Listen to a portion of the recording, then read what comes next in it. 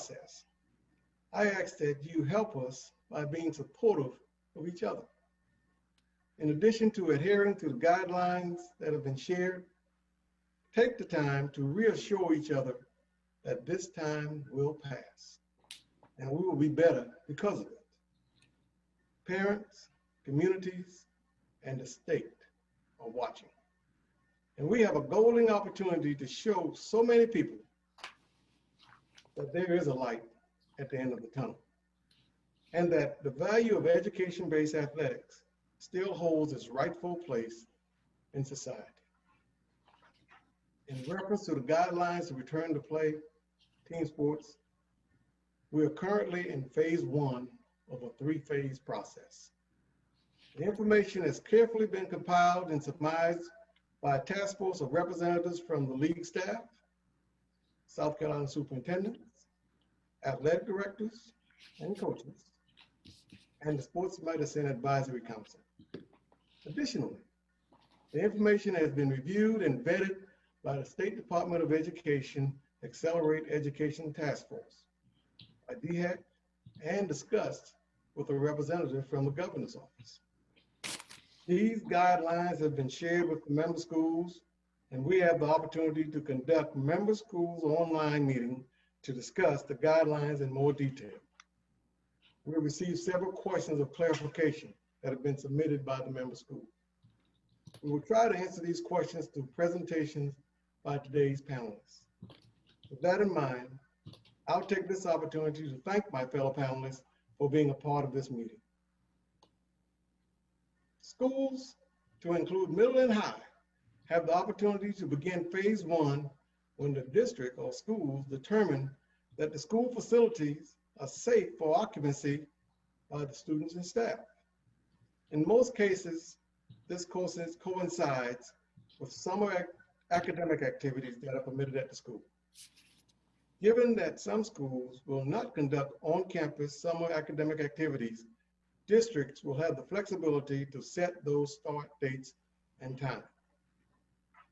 Phase 1 is designed to ease the students back into conditioning and athletic activities.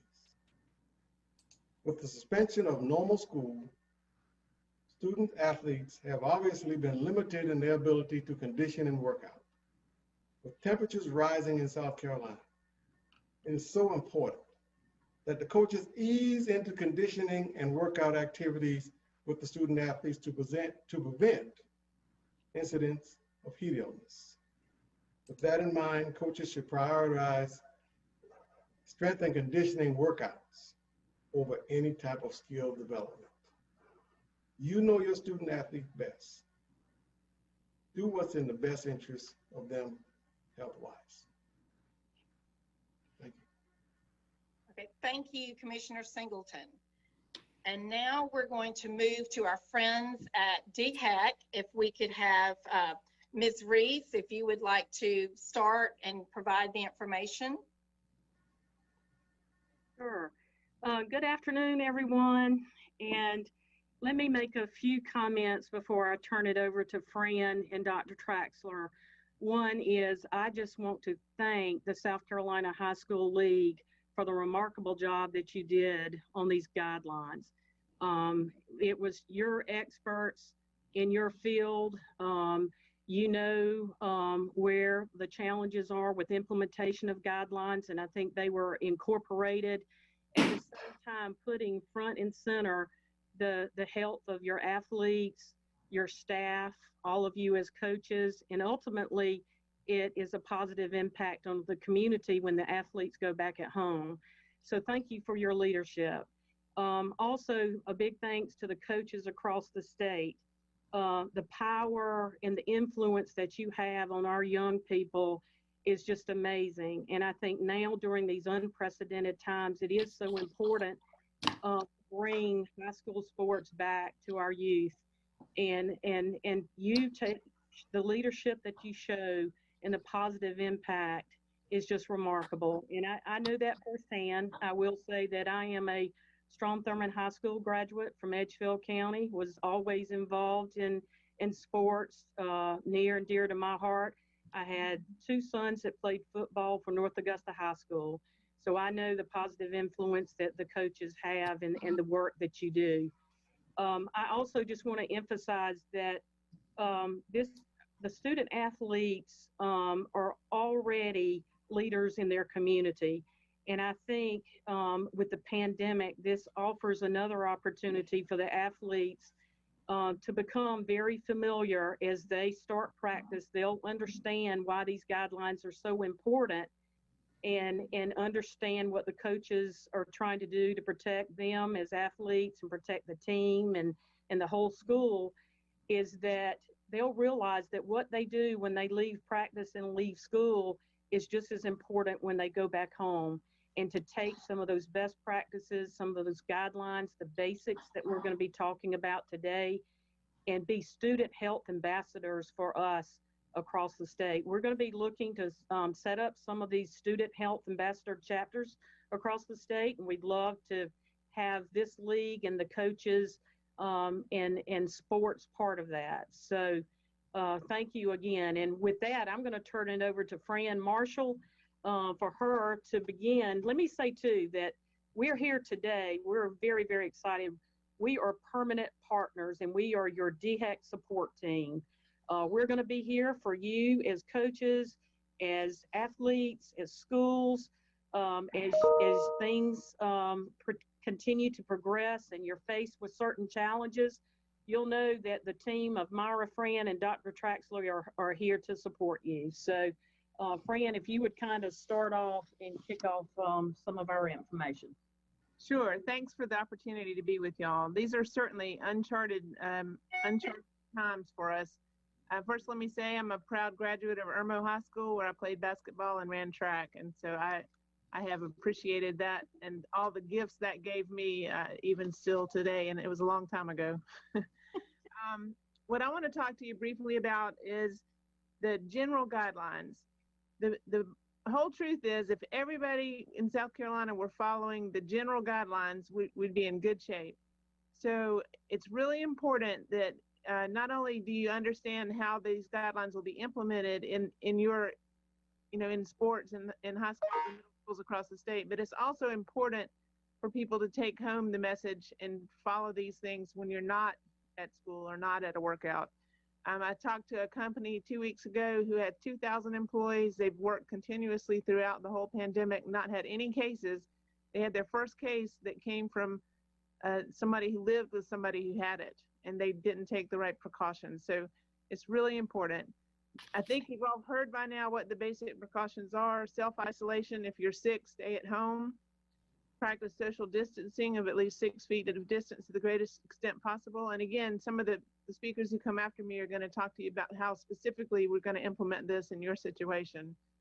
Wash hands frequently, 20 seconds, with soap and water, or use a sanitizer that contains at least 60% alcohol. Clean and disinfect frequently touched objects. Avoid touching of eyes, nose, and mouth with unwashed hands. Cloth face coverings, you're going to hear some more about those in the endeavors that are getting ready to happen for you. Cover mouth and nose when coughing or sneezing. Avoiding use of common equipment, and minimizing the use of soft surfaces where possible. So a hard chair is easier to clean and disinfect than a cloth chair, as an example.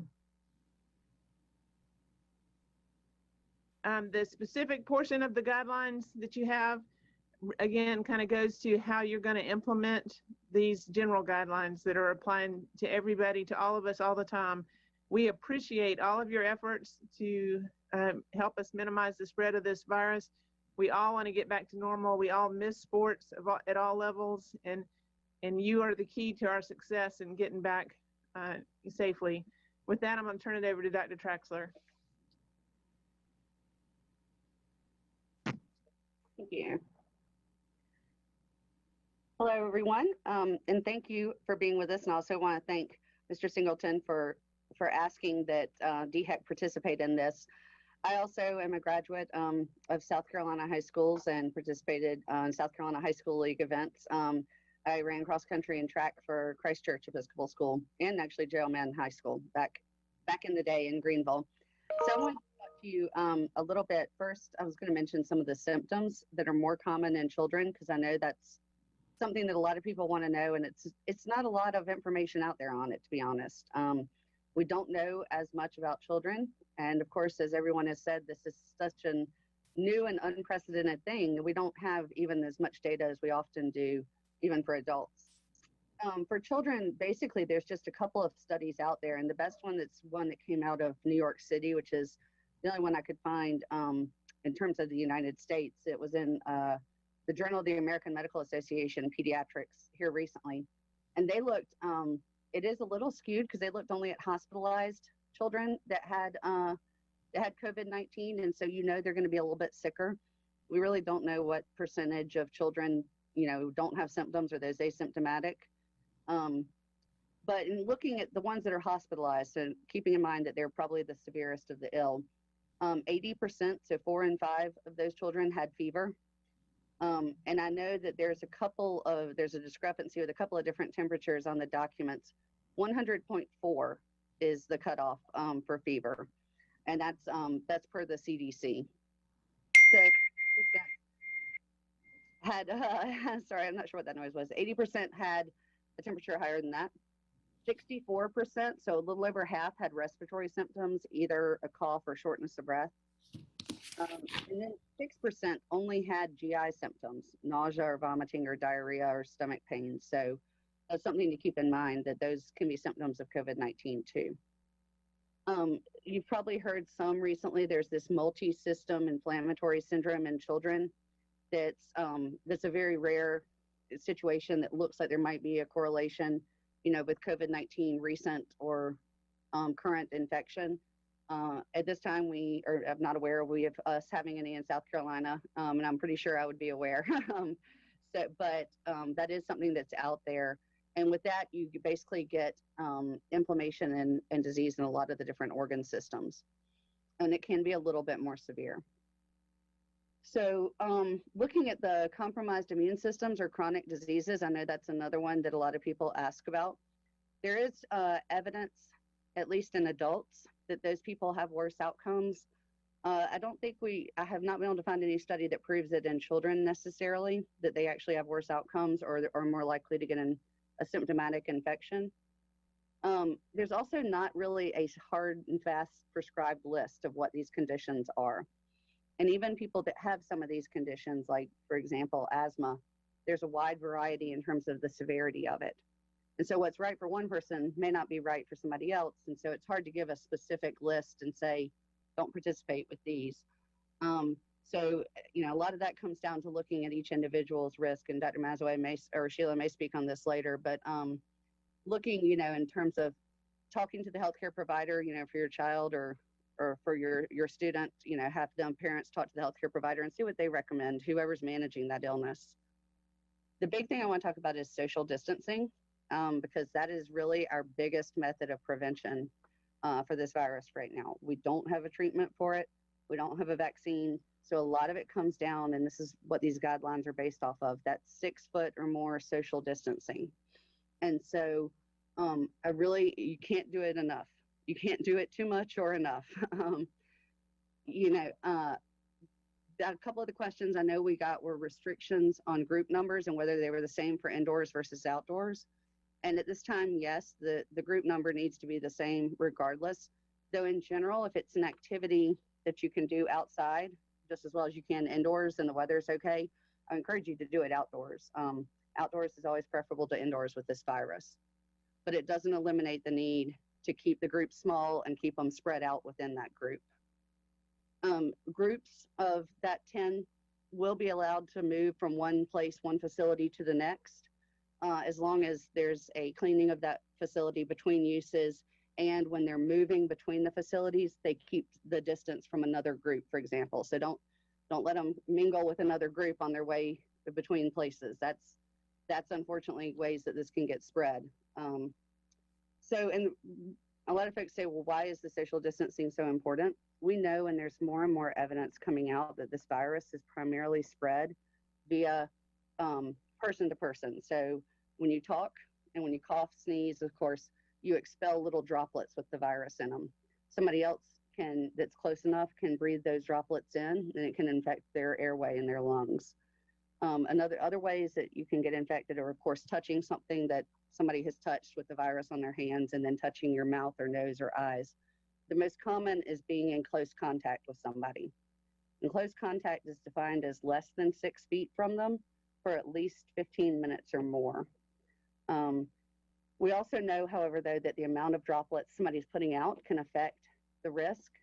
And of course, when you're working out, just as if you were singing or shouting or cheering, you're breathing heavily, you're more likely to expel more of those little droplets. And so that's why, especially with sports, it's really key to keep that 6 foot distance so those droplets fall to the ground basically and can't get inhaled by somebody else.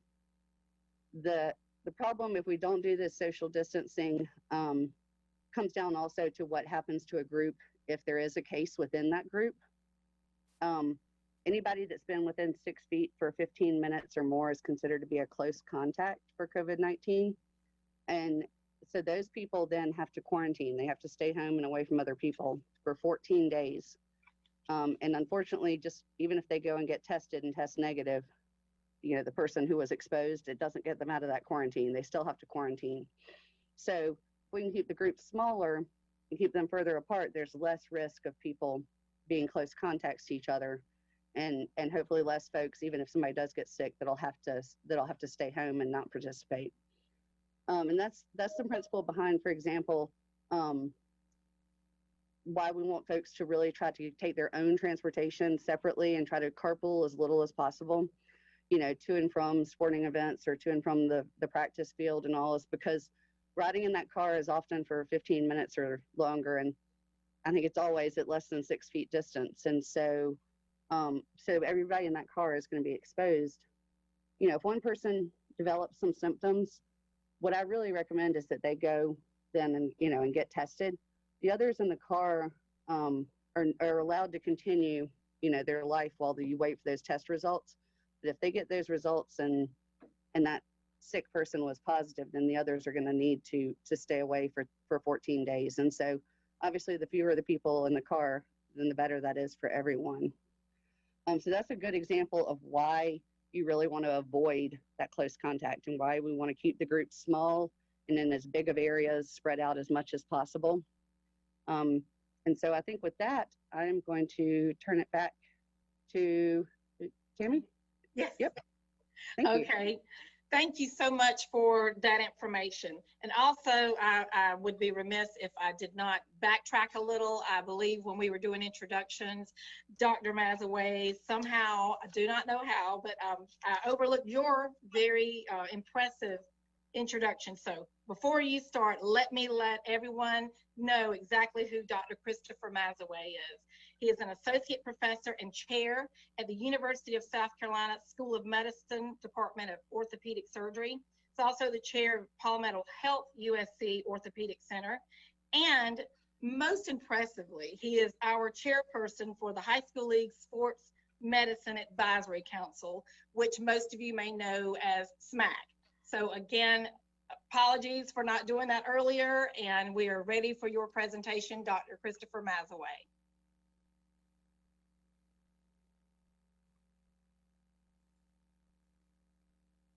Let's see. Go ahead.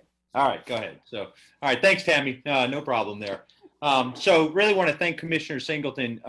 Absolutely amazing job working on this to get together these policies. This is really difficult work. There's no precedent for a pandemic that has halted our nation and the world for months and is still a very real threat to tens of thousands of Americans. We know that many of you will have objections to some of these protocols and question them. Remember, these rules have been put in place for many reasons. First of all, the safety of our kids, our coaches, our administration, our families, and our communities. This has to be first and foremost in everything we do. Thankfully, we have not seen a high rate of illness and death in our younger populations, which we just heard about, but we're still learning a lot about this virus and its effect on our citizens. So these rules have been put in place as our medical experts and our government agencies are requiring social distancing policies, hygiene policies, and masking policies to limit the transmission of this virus. I was a high school three-sport athlete. I was a college football player, and I know I've been around a lot of high school, college, and professional athletes and coaches, and I've always heard that success is dependent upon discipline. So this is another opportunity for us to instill a sense of discipline in our actions and those that of our student athletes regarding this virus. I think it's really important that we're disciplined. We have been given an opportunity, thankfully, to get our kids back engaged in athletics, which we all agree is important. If we show discipline in phase one and we prove to our kids and our parents and society that we are respectful of this virus, we'll possibly be given an opportunity to move to phase two. Remember, this isn't guaranteed. We have to do our part to make sure that we progress. Obviously, the goal is to get back to playing sports. And if we do our part, hopefully we can get there. If we fail to do our part, we may not be given the opportunity to move to phase two and lose the opportunity to give our kids participating in athletics an opportunity this fall. So, and we all know that that's not going to be good for anyone. So remember, there are a lot of different opinions regarding this virus. Some families are ready to move on regardless of the risks of this virus. Some have been severely affected by the virus. I'm fortunate enough also to be the medical director for the University of South Carolina. And I was on a conference call with football parents the other day. And a lot of different opinions and concerns with regards to their student athletes returning back to the University of South Carolina's campus. One of the things that moved me the most is we had one mom who was really concerned about her kid getting back to sports and to the University of South Carolina because she had 7 family members and friends who died from COVID. So again, we've got to remember that this has affected people in many different ways. She felt comfortable allowing her child to return to sports at the University of South Carolina because South Carolina has adopted very strict social distancing policies, hygiene policies, and masking policies. The same ones that we're asking all of us to do at the high school league. So we need to prove to our kids, our families, and society that we are understanding the risk of this virus and will act accordingly. So with that being said, I want to touch it a little bit, has already been said about some of the risks and chronic illnesses with regards to COVID-19. We know that this disease has been, or this virus has created diseases, ultimately illnesses and death in our older populations, and especially our older populations with comorbidities. And in our older patients, that's been identified as hypertension, obesity, asthma, and other lung diseases, diabetes, and patients with immunocompromised status. So what does that mean? So patients are undergoing treatment for cancer, or patients who have blood diseases and can't develop an immune response. We have a lot of information in our older populations. We just simply don't have that in our younger populations. And so there's not a lot for us scientifically to guide us exactly how we move along in this process with our return to sports. What we need to make sure that we do is everything we can to maintain our policies. And just as we've heard, we need to make sure we maintain social distancing. We need to make sure that we follow proper hygiene protocols, and we need to make sure we follow masking protocols. And if we do that, our student athletes need to get cleared medically in order to be able to participate in our sports. If there are any concerns at all with regards to chronic illnesses, we need to make sure that that student athlete follows up with their physician and is cleared to return back. But as long as we're doing the right thing, as long as we're following our phase one protocols, and as long as we're smart, if we're seeing a student athlete who's compromised or looks like they're having some issues, we need to be cognizant of that. We're making sure that we do screening policies at every practice and opportunity to make sure that our student athletes are safe when we get back to this phase one. And so again, with regards to chronic illnesses, as long as we're smart, as long as we're aware, and we take our student athletes' best interests at heart, we should do fine there. So I'm going to hand it back over to Tammy. Thank you, Dr. Mazaway. And I believe we are now ready for our athletic trainer, Ms. Sheila Gordon. Good afternoon, everyone. I want to start by saying thank you to Commissioner Singleton and the High School League for allowing me to be on this call. Again, my name is Sheila Gordon. I'm the athletic trainer, and I'm the past president of the South Carolina Athletic Trainers Association. I also represent them on the Sports Medicine Advisory Committee, and I'm also a part of the District 3 representative on the National Athletic Trainers Secondary School Committee. And so, as it's been said before, and I know you'll hear this stated multiple times in multiple different ways, but in order for us to have the best opportunity of sports returning to some type of normalcy, we have got to be diligent in following the guidelines placed before us. We are all in a challenging situation that we've never experienced before. And again, like it's been said, these are best practices as they are today. This information is changing daily. And so these are best practices as we know them today. So what I want to do in my presentation is address some of the concerns that some of you guys have had. And so I want to help define and clear up a couple of questions that you have had. So when it refers to facilities in the document, this will refer to a different area across your campus. So for example, you have the baseball field, softball field, tennis court, gym, football field with or without a track around it, weight room and classroom. All of these different areas will be considered and defined as separate facilities. You cannot divide your spaces up. You have 9 players and 1 coach that will be allowed per facility. We're trying to eliminate the gathering of large numbers of student athletes while on campus at one time. Now realize when you have 9 athletes and 1 coach, you may have an athletic trainer that may come into the area, or you may have an athletic director or the head coach come into that area, but they still should be practicing social distancing as they're trying to supervise their kids. So we are trying to eliminate those large gatherings. So make sure that you try to stagger your start times if at all possible. So when athletes are working out, conditioning and practicing, they produce particles from their mouth. And we've already talked about that just a little bit. These particles can travel as potentially infectious aerosols. Even though it's much more risky to be inside than outside, the risk is still present. Now that we've assigned our pod, your 9 athletes and 1 coach, they should continue to work in that pod. They can move from one facility to the next facility once the facility has been sanitized. Your athletes have a chance to sanitize their hands, and they do not cross paths with other pods. Weight room equipment and sports equipment should not be shared within the pod. Each student athlete should have their own equipment. Then it can be cleaned between each session. Check with the CDC on approved products to sanitize your areas. In order to reduce aerosol transmission, masks should be worn by coaches at all times. The only exception would be if a coach is actively participating in the workout, such as a cross-country coach running with their kids. Students should arrive on campus with their mask, and it should remain on until they begin their conditioning activity. Once a student athlete begins their active session, they can remove it and then put it back on when they've completed that session. Now, have a plan for hydration. We want to minimize the number of contacts, such as hands on a water cooler or a water cow. We want to make sure the kids are safe, so have a plan if a student shows up without a water bottle or needs a refill. There seems to be some confusion about the number of days, 10 days or 14 calendar days. This is not an acclimatization period. This is a time that we can slowly add these kids back in front of their coaches and add them some conditioning.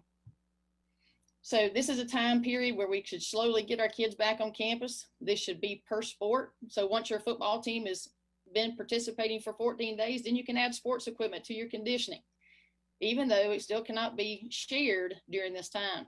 So lastly, for our athletic trainers, the thought is to eliminate unnecessary personnel on campus and exposures. So use your judgment.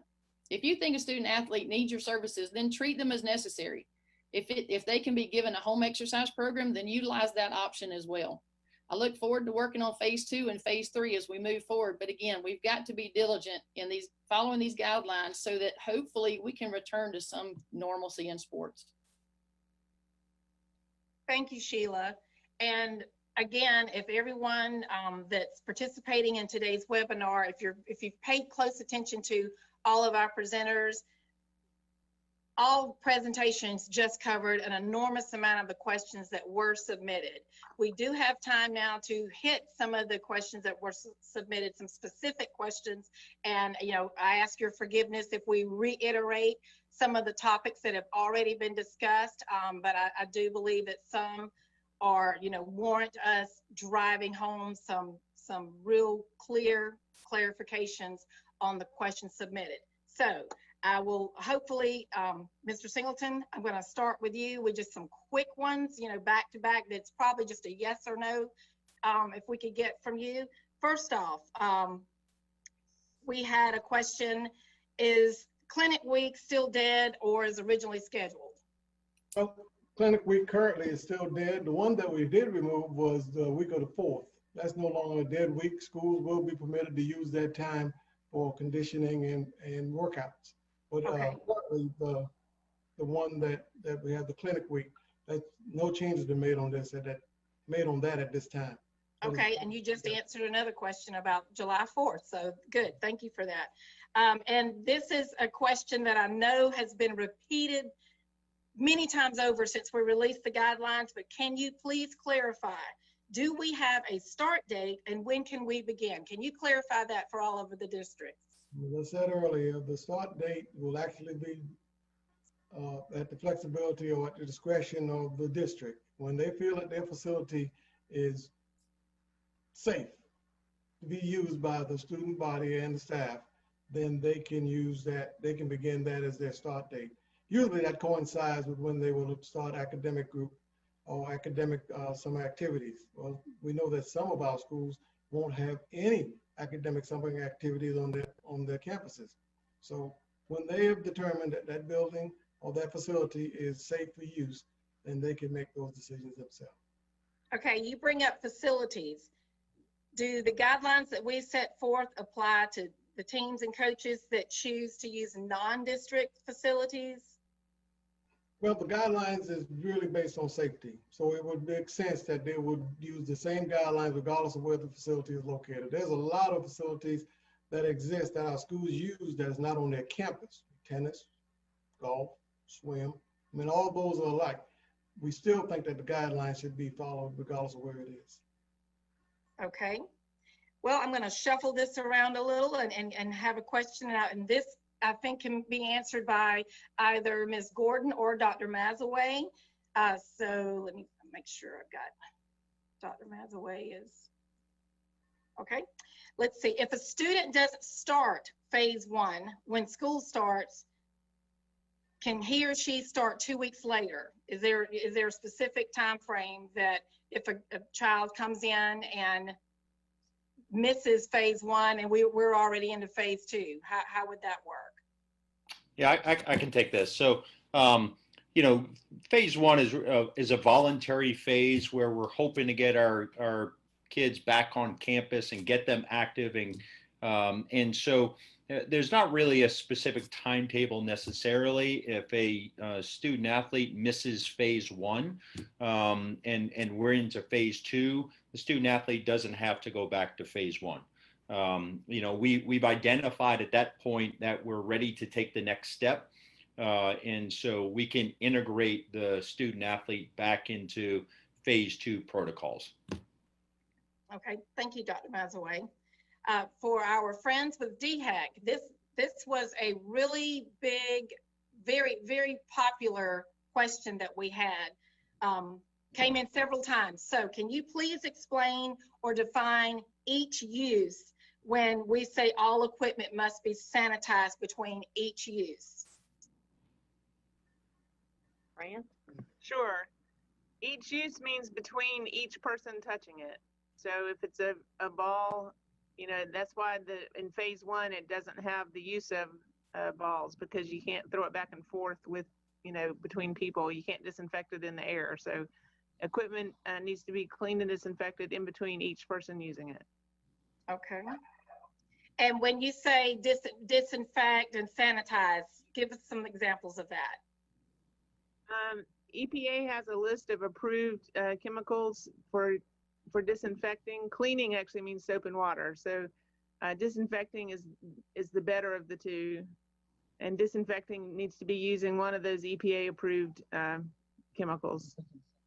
We can certainly provide a list. They're readily available on the link from the CDC guidelines. Okay, yes, and if I would ask if you send us that link, we will be happy to put that on our website as well. Thank you. Okay. That was a very, very popular question there. And while I have you, I'll also ask this. This was another question that came in. What was the specific temperature? I know there was some discretion going back and forth of the 100.3 versus 100.4. So can you explain that? The CDC guidance is 100.4 or higher. So equal to or greater than 100.4 is considered a fever by definition related to COVID-19. Okay, thank you. Mm-hmm.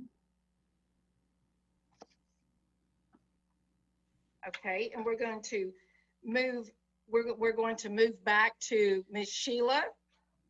Sheila, one of the questions that was directed to you. Let's see, and it pertains to the throwing of a ball, when the equipment used between players and so forth. Will they need to are they required to wear gloves? And is there a, 5, 10, 20, 30 yards apart? Can you go a little bit more in depth on the use of any equipment between the students? Well, I think this question really is pertaining to a quarterback and the conditioning of the arms and that kind of thing. And so during the first 2 weeks, sports equipment, including balls, are not permitted. And so once we start adding balls back to the equation, still at that point in time, they cannot be shared. So throwing to a receiver from the quarterback would not be permitted. In order to condition arms, we can get creative and we can do certain things. We can do some band work. We can do throwing into a net. There's certain things that we can do to gain some strength within the quarterback's arms, if that's what the concern really is. Okay. And Mr. Singleton, a general question that came in several times was physicals. Is there any variance on physicals, or is that rule still in place fully? Can you talk a little bit about the physicals? Yes, at this time, the physicals for this upcoming year will still have to be done April 1st or beyond. Any physical that occurs prior to that will not be useful at this time. So we're still using the physical process that we've always had in the past. Just remember that physicals are required for school against school competition during in season. During the summer and the likes, while a lot of districts feel that that's important, and I do also, but it's not mandatory from the league office that physicals be held for practices and or out of season competition. Okay, and it's kind of staying on topic with that. Assumption of risk was mentioned in the guidelines of form. Do you have, where can they find the template for that, for the schools to use for the assumption of risk? Well, we actually listed that under guidelines of consideration, things of consideration. Actually, the league doesn't have one. When that was added to it, it was just an idea that they could use within their own district, create it themselves. Just something to make the family aware, make the athlete aware that there is a risk involved. Normally, the assumption of risk we have was always due to some type of risk that you could be injured. Well, now we've got some other things that can possibly come up with these, with competing. So again, that's still left up to the discretion of the school district to create something that they would make people aware and understand that there is a risk involved with being in the sports world today. Okay, and another question that we had: can the use of ladders or ground dummies to run around and over be used during phase 1? Well, the short answer to that is yes. As long as it's being used for agility purposes. What we don't want to allow is for dummies to be held where we got opportunity to violate the social distancing piece, which is 6 foot apart. We don't want to have somebody holding a dummy and then somebody running into a dummy because it violates the 6 foot apart. But if they're being used for agility purposes, then whatever apparatus you want to put down there, you're able to use. Okay. And we're going to go back to Dr. Mazaway. question for you. Can a student athlete with a chronic illness get medical clearance from their personal physician to participate during phase one? Yes. Again, if there are concerns with regards to a chronic illness, they can follow up with their physician, and they can have a discussion and get cleared to participate in athletics. Okay, good. Thank you so much for that. Let's see, and I'm going to bring this one back to DHEC. Let's see. You can unmute.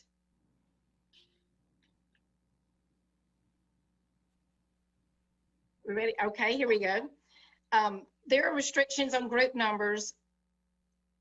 Our group numbers whenever we're indoors versus outdoors.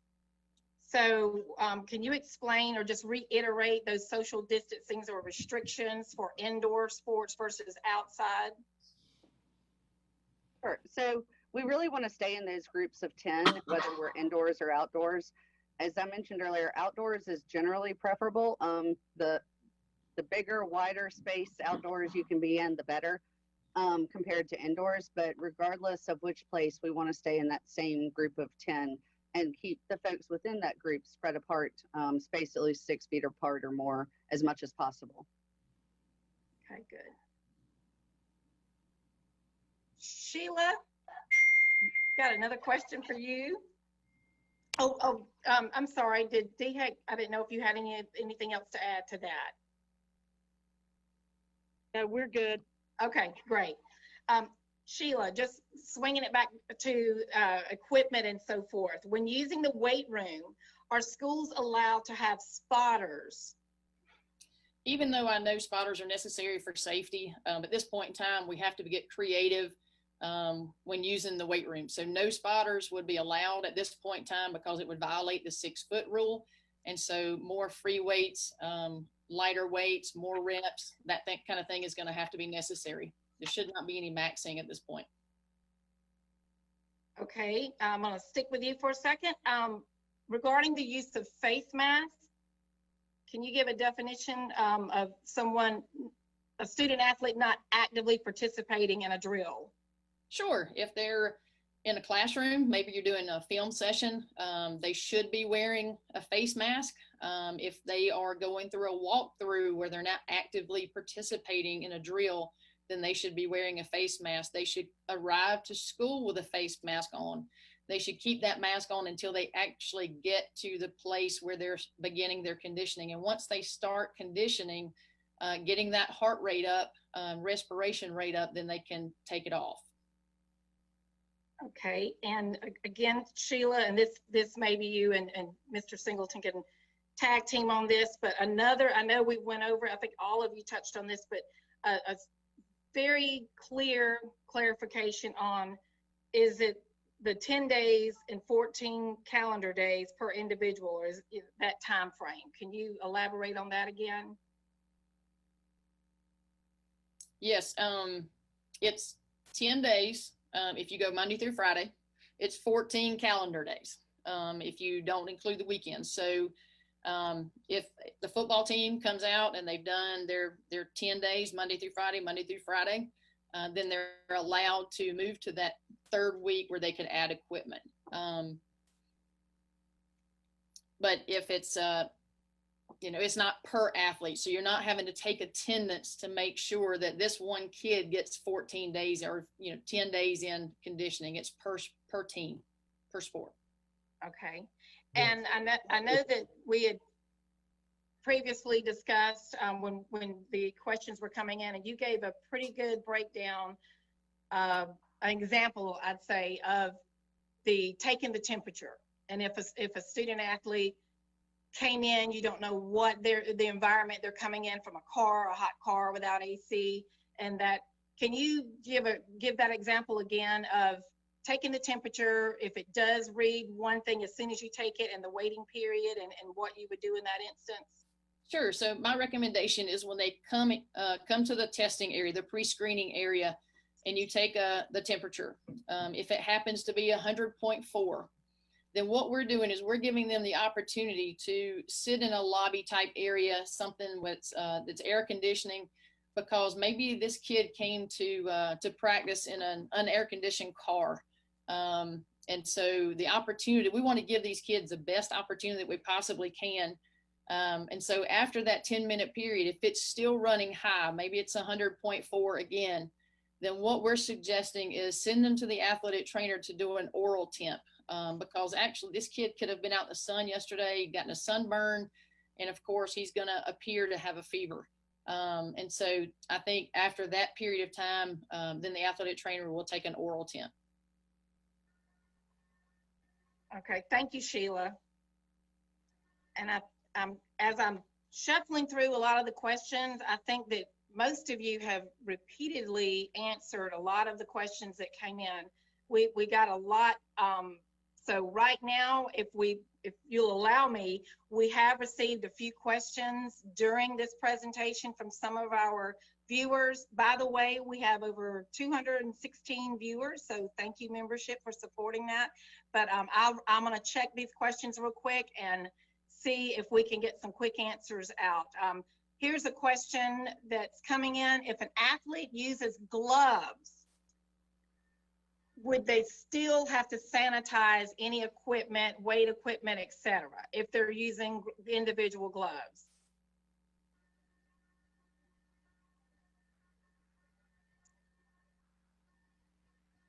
Let's see, I think that's DHEC if you're trying to answer it. Yes.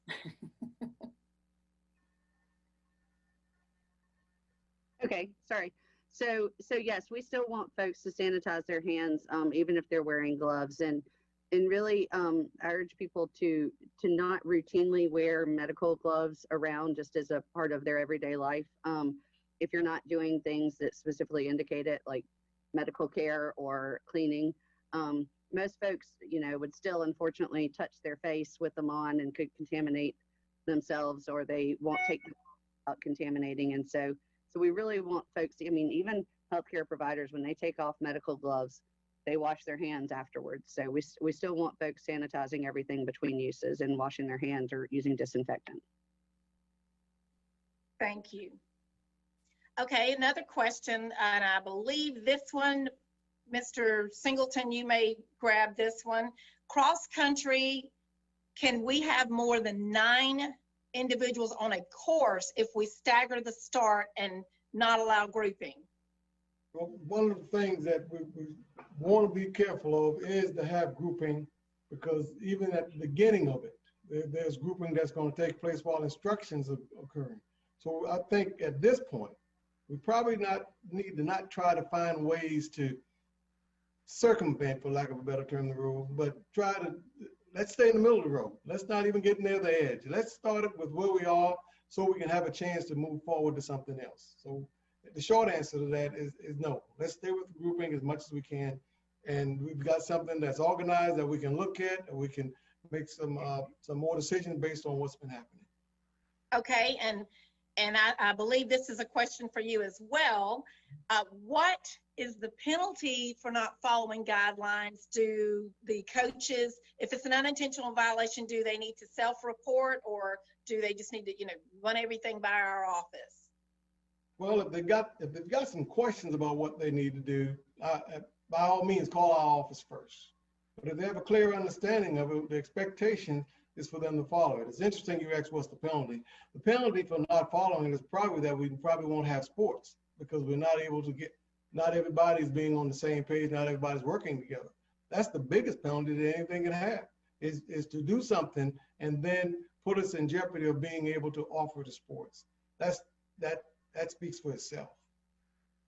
Okay, thank you. And several questions, and I believe you between yourself and Ms. Gordon, this has been answered, but it's come in during the presentation. So if you or Ms. Gordon could answer this again to reiterate and stress and explain, I guess, the play areas. Can a football field be divided to 2 areas? Can a practice field and a game field be considered 2 different facilities? Can you just kind of elaborate on the